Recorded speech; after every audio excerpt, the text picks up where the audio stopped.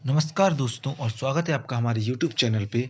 तो दोस्तों जैसा कि हमने आपको बता रहे थे कि माध्यमिक और उच्च माध्यमिक शिक्षक का परीक्षा बहुत जल्दी ही मध्य प्रदेश शासन द्वारा की जाने की बात कही जा रही है और इसी के चलते हम आपके लिए सिलेबस लाए हैं। तो प्रीवियस वीडियो अगर आपने ना देखी हो तो आपको बता दें कि उस वीडियो में हमने जो कॉमन पोर्शन है माध्यमिक शिक्षक पात्रता परीक्षा का उसके बारे में बताया था और परीक्षा के बारे में भी हमने आपको बहुत कुछ बताया था कि परीक्षा होती क्या है और उसमें क्या-क्या पूछा जाता है।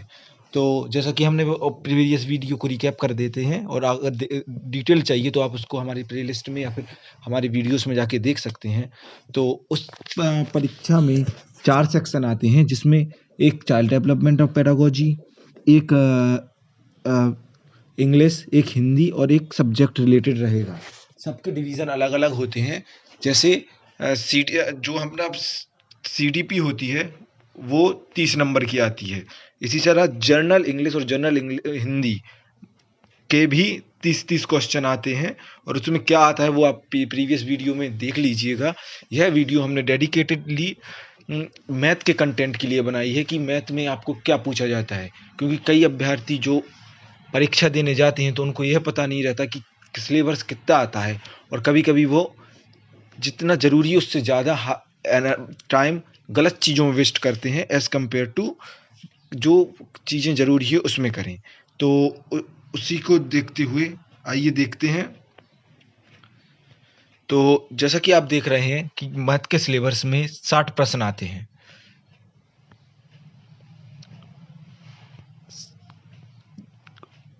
देखिए गणित का विषय बहुत महत्वपूर्ण विषय है एवं उसमें जो भी अभ्यर्थी तैयारी कर रहे हैं उनकी ग्रेजुएशन में मैथ होना चाहिए। मतलब स्नातक डिग्री जिसमें जिसने पीसीएम से या मैथ मैथ जिसका मेन सब्जेक्ट रहा है वह ही सिर्फ माध्यमिक शिक्षक में गणित का पेपर दे सकते हैं। तो जैसा कि आप देख रहे हैं कि इसमें माफ़ कीजिएगा, जैसा कि आप इधर देख रहे हैं कि कंटेंट मतलब जो आप परीक्षा में पूछा जाएगा उसका उसके लिए भी कंटेंट के 45 क्वेश्चंस अर्थात 60 में से 45 क्वेश्चन आपके कंटेंट रिलेटेड रहेंगे। तो इसमें कंटेंट देख लेते हैं। तो पहला है संख्या पद्धति। तो संख्या पद्धति ये नंबर सिस्टम ये कक्षा 6वीं से 9वीं तक अलग-अलग चैप्टरों में दिया गया है, परंतु आपको एनसीईआरटी मुख्य आपको एनसीईआरटी की जो बुक्स आती हैं, चाहे वो ओल्ड हो या न्यू हो, आपको उनसे पहले पढ़ना चाहिए एज़ कम्पेयर टू कोचिंग की नोट्स या किसी और चीज़ से। क्योंकि जो पेपर बनेगा वो मुख्यतः एनसीईआरटी को ही डेडिकेटेड होके बनेगा। तो सबसे पहले है संख्या पद्धति। संख्या पद्धति में आएगा प्राकृतिक संख्याएँ। प्राकृतिक संख्याएँ, पूर्ण संख्याएँ एवं पूर्णांक की पहचान एवं समझ।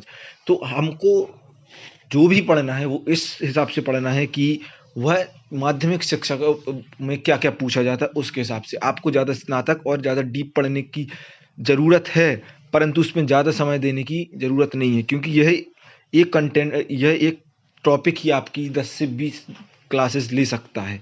तो आपको स्मार्ट स्टडी करनी है, नहीं तो आप सिलेबस कंप्लीट करने में असमर्थ होंगे। तो पहला है प्राकृतिक संख्या, पूर्ण संख्या एवं पूर्णांक की पहचान मतलब होल नंबर क्या होते हैं, नेचुरल नंबर क्या होते हैं, क्या डिफरेंस होता है। इसके अलावा परिमेय संख्या की समझ एवं इन पर संक्रिय मतलब परिमेय संख्या होती क्या है, प्राइम नंबर क्या होते हैं, यह सब। घात एवं परिमेय घातकों के लिए घात के नियम का अनुप्रयोग। तो और बहुपद एवं परिमेय व्यंजन। तो आपको इन सब की डेफिनेशन याद रहनी चाहिए। ये होते क्या हैं, इनके एग्जाम्पल, इनको निकालते कैसे हैं, ये सब। और इसके अलावा दूसरा टॉपिक है अपना बीजगणित। बीजगणित में बीजीय व्यंजक एवं इन पर सक्रिय। तो यह आप देख लीजिएगा अनुपात, समानुपात, एक नियम, प्रतिशत, अनुक्रमानुपाती एवं यह सब चक्रवर्ती ब्याज, सिंपल इंटरेस्ट, कंपाउंड इंटरेस्ट, यह सब आपको पूछा जाएगा। ठीक है। इसके अलावा एक चर राशि का घातीय समीकरण मतलब linear equation in one variable. तो यह सब एवं दो चर राशियों के रैखिक समीकरण। तो यह आपको अधिकतर 9वीं और 10वीं की बुक किताबों में बहुत अच्छे से दिया गया है एनसीईआरटी में, तो आप वहाँ से पढ़ सकते हैं। इसके बाद आता है ज्यामिति। तो ज्यामिति में भी मूल ज्यामितीय अवधारणा, त्रिभुज के गुणधर्म, कोण, समिति की अवधारणा, वृत्त, समरूप त्रिभुज। तो यह भी 9th क्लास की बुक्स में अच्छे से दिया गया है। आप सबसे पहले कहा स्टार्ट कीजिएगा 6वीं क्लास की बुक्स पढ़ने से, 6वीं 7वीं और 8वीं की। उनको आप ज़्यादा से ज़्यादा एक महीने में, या फिर अभी टाइम है तो 1 महीने में आप कवर कर लेंगे। उसके बाद आप 9th और 10th पे आइएगा। कि जिनको मैथ में थोड़ी तकलीफ है वो ऐसा ही करें जिससे आपका बेस स्ट्रांग हो और आपका पेपर अच्छा जाए। ठीक है, तो ज्यामिति के बाद आएगा त्रिभुज। रचनाएं मतलब कंस्ट्रक्शन में त्रिभुज की रचना और चतुर्भुज की रचना। तो यह दोनों भी आपको मैक्सिमम सिलेबस इसका 9th और 10th की बुक में आपको मिल सकता है। क्षेत्रमिति आयताकार पथ का क्षेत्रफल, अर्थात इसमें आपको एरिया और उससे रिलेटेड क्वेश्चंस की प्रैक्टिस करनी चाहिए। और इसके बाद है सांख्यिकीय मतलब स्टैटिक्स। तो आपको दंड आलेख, आयात चित्र, मध्यिका बहुलक। दोस्तों, इनमें जो सबसे महत्वपूर्ण टॉपिक है वह है यह मिड मोड मीडियन। इससे 1-2 क्वेश्चन आपको पेपर में मिलेंगे ही। इसके बाद हम आपको 2018 के जो माध्यमिक शिक्षक पात्रता परीक्षा के गणित के पेपर हैं वह भी आपको दिखाएंगे और उसको सॉल्व करने का तरीका भी बताएंगे। परंतु उससे पहले आपको सिलेबस अच्छे से याद होना चाहिए, जिससे आप कुछ फ्यूटाइल अपना एफर्ट्स ना दें, मतलब कोई ऐसे एफर्ट ना दें कि जिसका कोई आपको फल ना मिले। तो अधिकतर बच्चे यही करते हैं कि कोई एक चैप्टर जिससे आपका क्वेश्चंस कम आने हैं परंतु उसमें ज़्यादा समय दे देते हैं, और जिससे क्वेश्चन ज़्यादा आने हैं उसमें बहुत कम समय देते हैं। तो आपको सिलेबस का एनालिसिस एवं पेपर का एनालिसिस करके ही आप अपनी स्ट्रेटजी बनाएं, जिससे आपको अच्छे और सही रिजल्ट मिले। ठीक है, आवृत्त संचयी वित्त चित्र, यह सब भी आपको आएगा 6 यूनिट। मतलब पेपर में कोर्स इतना बड़ा नहीं है, परंतु आपको तैयारी अच्छे से करनी पड़ेगी, तो आप इसमें अच्छे ना।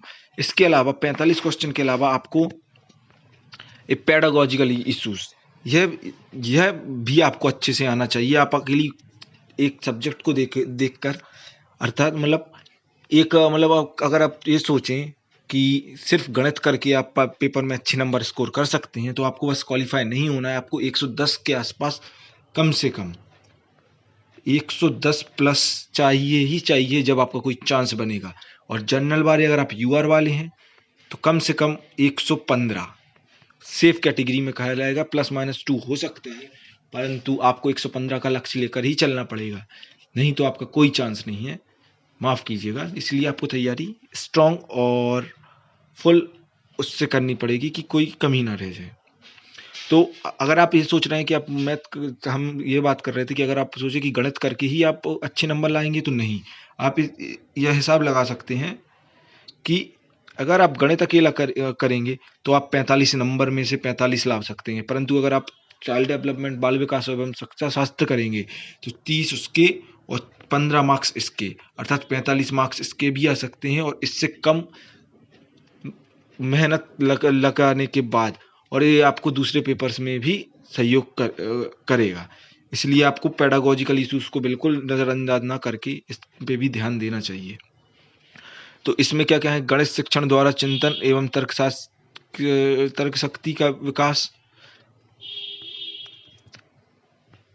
इसके अलावा पाठ्यक्रम में गणित का स्थान, तो आपको मैथ रिलेटेड करना पड़ेगा। तो इसमें आपकी यूट्यूब पे बहुत सारी वीडियोस हैं और हम भी कुछ वीडियोस आपके लिए डालेंगे। तो अगर आपको इसमें करने में कि क्या पढ़ें तकलीफ हो रही है, तो हम आपसे निवेदन करते हैं कि आप हमारे चैनल सब्सक्राइब कर लें और कमेंट सेक्शन में बताएं कि आपको किस में तकलीफ आ रही, तो उसके हिसाब से हम आपको उसका कंटेंट आपको दे देंगे।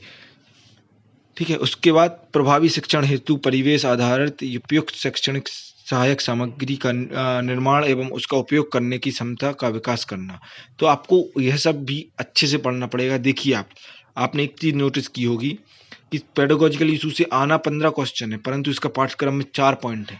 तो अगर आप इसको अच्छे से पढ़ेंगे और 1 हफ्ते भी समय देंगे तो आप इसमें 15 में से 12 नंबर स्कोर कर सकते हैं, और 12 नंबर स्कोर करना आपके लिए बहुत फ़ायदेमंद रहेगा, और इससे आपको पहले सेक्शन में भी मतलब चाइल्ड डेवलपमेंट पेडागोजी में भी हेल्प मिलेगी। तो आज गणित का सिलेबस आपको मिल गया है, तो आप तैयारी शुरू करिए। वीडियो देखने के लिए धन्यवाद। अगर आपको पसंद आई हो तो प्लीज़ लाइक करें और हम लोगों को सपोर्ट करें। Keep watching, keep learning. Bye bye.